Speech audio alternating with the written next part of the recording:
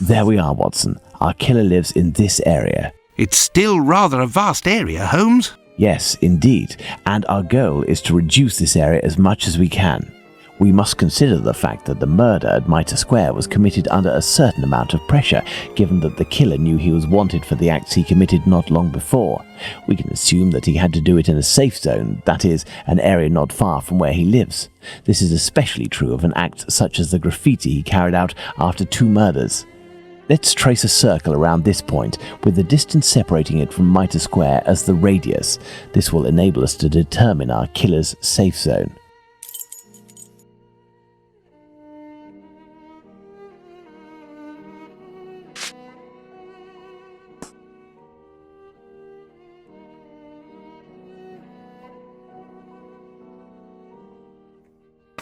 Our killer must surely live inside this circle. Now, let's intersect it with the ellipsis that we previously determined.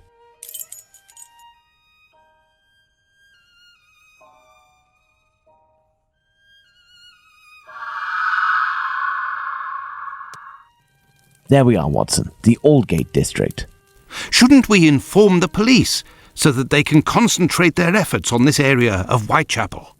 It is probably already crawling with inspectors, Watson, and I doubt that they would take us seriously, even if they were willing to listen to what we had to say. Let's focus instead on understanding the killer's modus operandi. We know our murderer preys on prostitutes who are penniless, weak, sick, or alcoholic, that he distracts them the moment before killing them, and that he left an anonymous message inciting anti-Semitic hatred at the entrance of a building occupied by Jews. How would you describe this man? What a coward! Indeed, he is a person of great cowardice. Let's look at his murders, and in particular, the depredations on the corpses, putting aside that of Liz Stride, because on that occasion his work was left unfinished. If we recall the observations made on the victims and the parts that were mutilated or damaged on each of the bodies, without forgetting the fact that he also removed one or more organs, we can ascertain that our killer evolves during the course of the murders, cowardly and still evolving. And yet, look at the location of our first murder, that of Polly Nichols in Bucks Row. It is the most distant from the area our killer would appear to live. Perhaps this murder was preceded by another within the killer's area. I believe a cowardly killer would commit his first murder in an area close to his home, in order to find refuge as quickly as possible on carrying out the act. Holmes, an idea just occurred to me that fills me with dread. This evolution of which you speak. He will pursue his next victim as long as the conditions permit him to continue killing, Watson. But how could one go even further in this horror? Look at what he did to that woman, Catherine Eddowes. In order to avoid having to answer that question, we must act with haste and planning. Watson, I suggest you inform yourself on the mutilations sustained by the victims. We played with the idea that this could be an act of vengeance against prostitutes. If the mutilations correspond to areas affected by a specific pathology, perhaps the killer wanted to give an eye for an affliction he felt the prostitutes he knew were responsible for. And this trail leading to Dr. Tumblety, Holmes? I also have a few things to look into in the meantime. I still have a primary witness to track down, not to mention old trails I've yet to pursue. See you soon, Watson. When we first spoke about the Bucks Row murder with Watson, he was reading a newspaper, The Star, dated September 1st, 1888, I believe, which mentioned similar murders in the preceding months. I have no chance of finding the police reports, but perhaps I could find some information at the Central News Agency. I must go there at once. Afterwards, I'll go back to see Abraham, the owner of the pet shop in Whitechapel. The second Joseph's statement would lead me to believe that he may know the man spotted on the corner of Church Passage that night. If that's the case, I must find this witness so I can question him.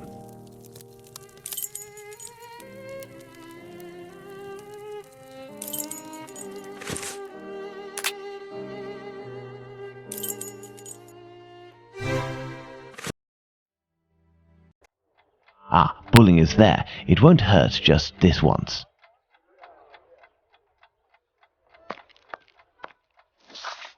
Hello, Mr. Bulling. So, did your colleague tell you about the tip?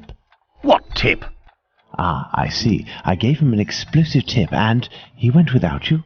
Oh, that's not very sporting on his part. No doubt he took all of the credit for his discovery. You're winding me up, eh? I must show Bulling something to make him believe me.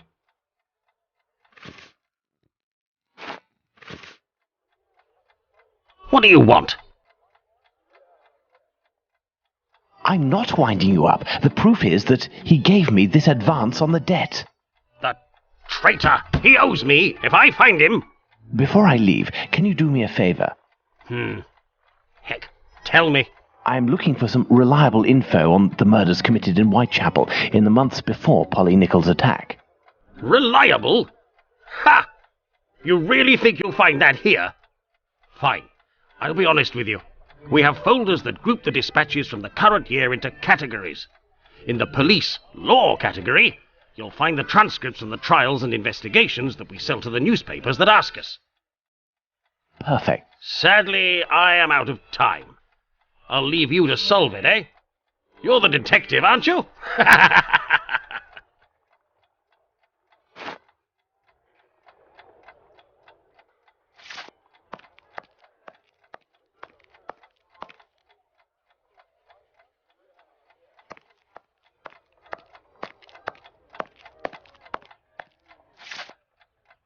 The dossiers are full of papers in dated envelopes. I can't open them. That would be too obvious. How can I tell which compartment to look in? No categories are indicated.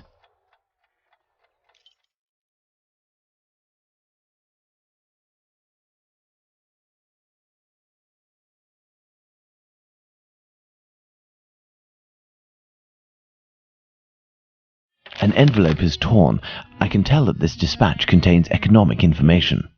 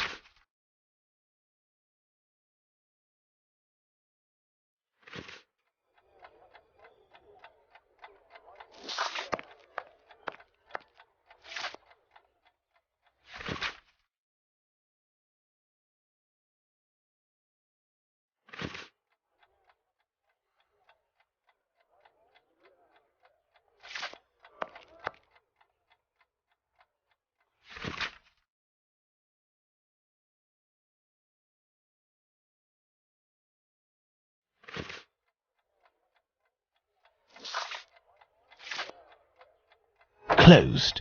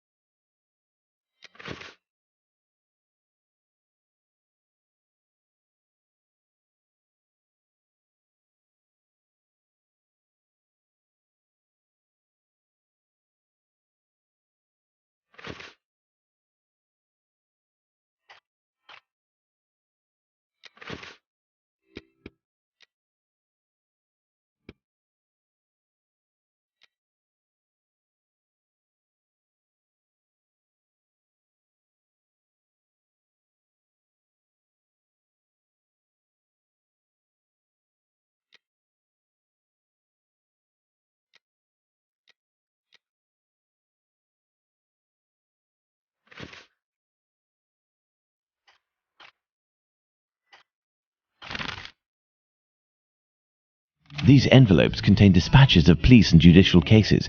Now, I need to open them discreetly. I must try to unglue the openings.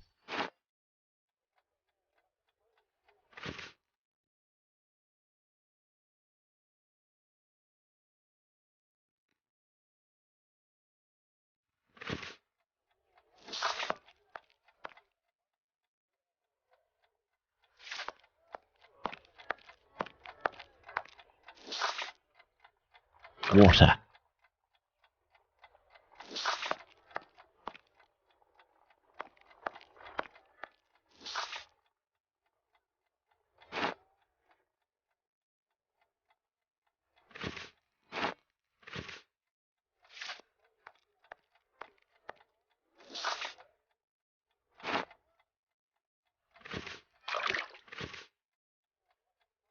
There, that will provide me with steam.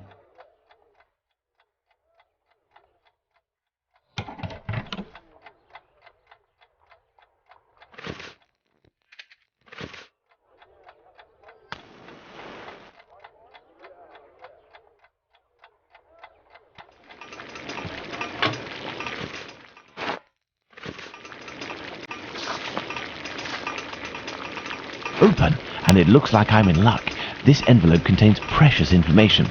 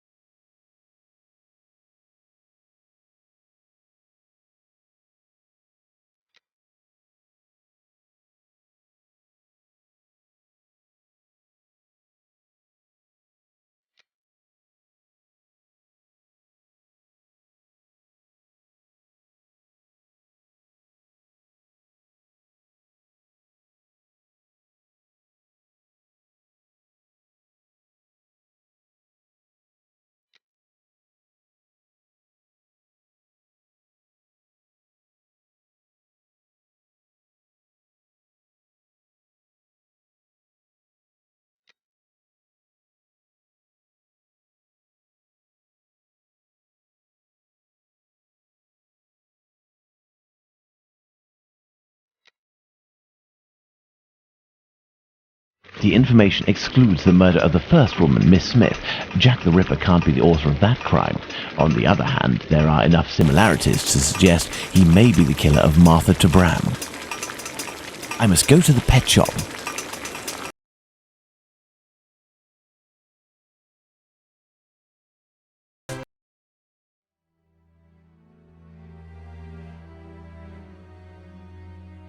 I must go to the pet shop. Closed until further notice. Abraham isn't there. No luck.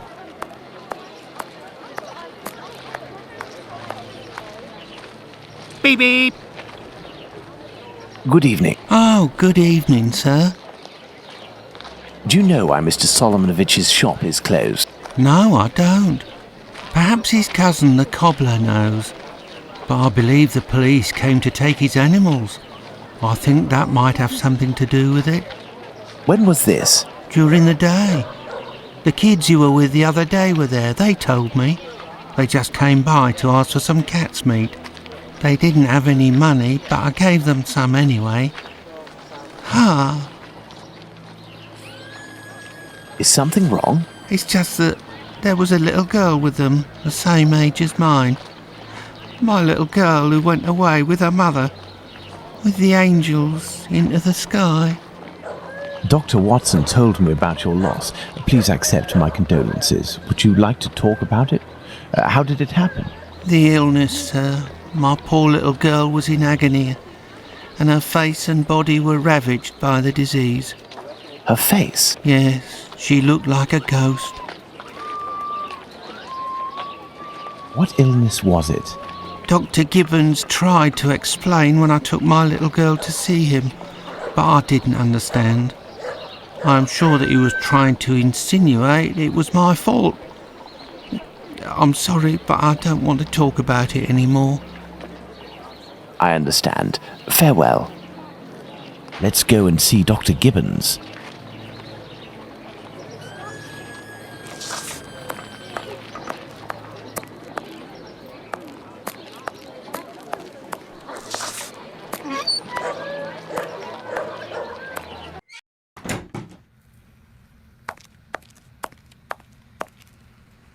Hello, Doctor. Do you remember me? I'm Sherlock Holmes, Dr. Watson's friend. Oh, yes. Excuse the mess, but I am doing a bit of tidying. I have come to see you about a Mr. Hardyman, a cat food seller by trade, who recently lost his daughter and wife. Yes, I know him. A tragic story. Actually, I was hoping you could tell me about the disease that took his daughter, a disease that would have attacked her face. Well, to keep it short, we are speaking of syphilis, Mr. Holmes. You must certainly know that it is transmitted through intimate connections, and that the vast prostitute population here contributes to its inevitable progression. It destroys individuals by spreading through the body slowly. The most obvious symptoms can be found in the genitalia and on the face in the form of pustules or lesions. Sometimes this illness can destroy whole families. The father catches it from a prostitute, he transmits it to his wife, who in her turn passes it to the kids which she bears or nurses. These cases are numerous in the vicinity.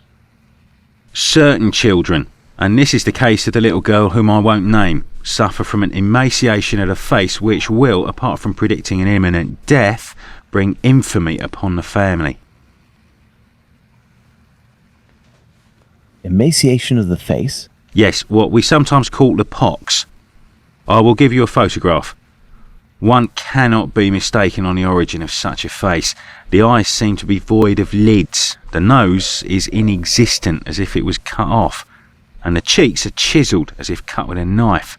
This loss of facial matter, this emaciation, is in this area often the gift from a father to his children. Can I keep this photograph? I should destroy it, but if it can remind you that one must sometimes think twice before giving in to physical attraction. I always seem to find myself alone in such cases. Thank you, Doctor.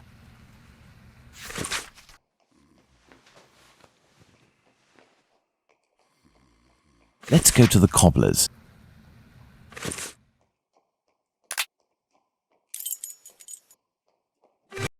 Let's go to the cobbler's.